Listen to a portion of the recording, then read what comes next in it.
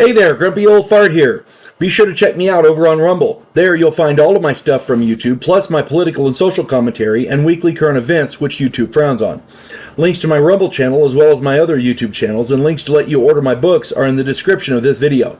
If you enjoy my content, please like, subscribe, share, and comment. I welcome your comments, even if you disagree with me. Now, on with the video.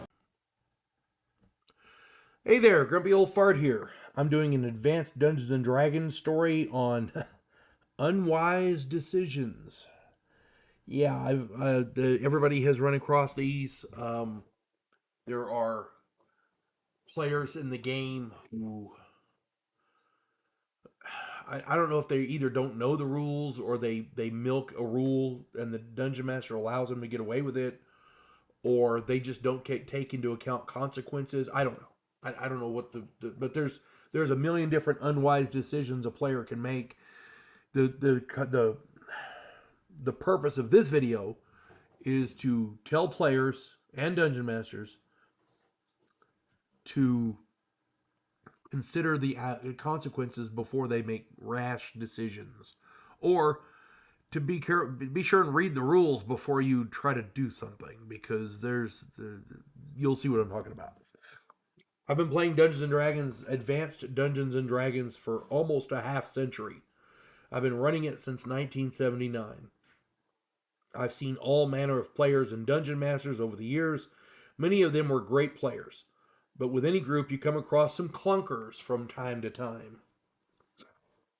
Years ago, I was playing in a game with my friend Randy. I was not the dungeon master. We joined into this guy's game. Another player named Don sat down with a pair of 3-ring binders. I mean, he had just thick binders full of stuff.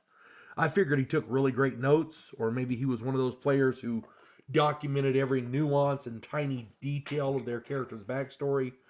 Maybe he was mapping the whole place. I don't know. During the course of the game, Don produced copious and startling amounts of magic items, potions, scrolls. This guy had everything under the sun and a few things from the dark side. He had everything and mass quantities of them. I jokingly asked if he had a wagon hidden somewhere, and he said, no. He rather had 14 portable holes. I was shocked. 14, one player character with 14 portable holes. I was shocked. I asked where he kept them, and he kept all of them, and he replied, I keep them in my bag of holding. Yeah.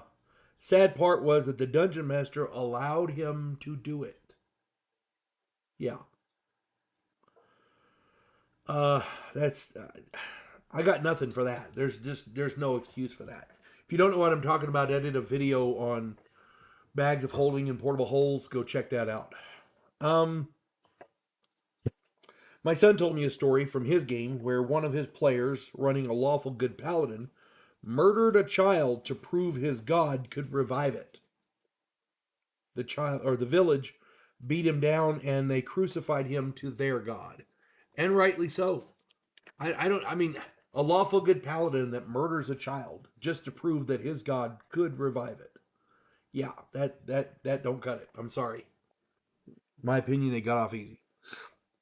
In my wife's game once, the group was staying overnight in an Amazon tribe's village.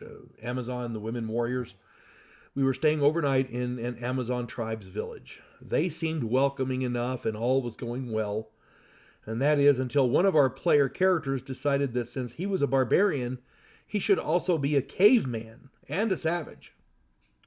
His character tried to sexually assault the queen of the village, right in front of the group and in front of the entire village. The entire group intervened and hacked the son of a bitch to death, and rightly so. Our characters were not uberly high level, but we could not have taken that village. Even if we were so inclined to allow him to continue, which we weren't, yeah, that wasn't happening. Then there was Tony. Tony was, for all intents and purposes, a homicidal maniac.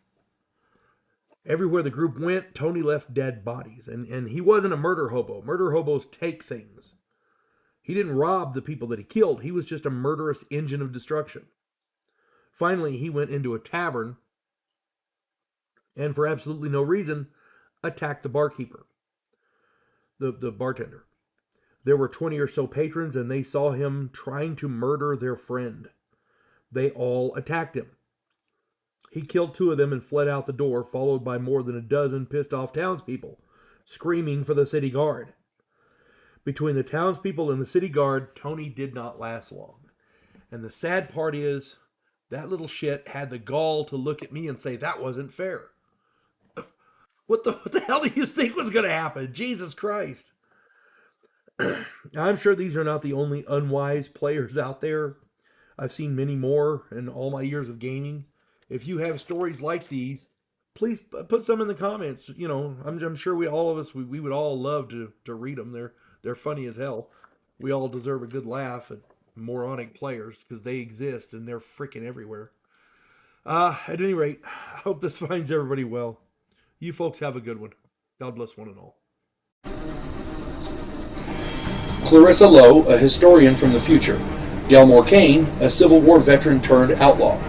This oddball pairing faces a conspiracy of epic proportions spanning the centuries.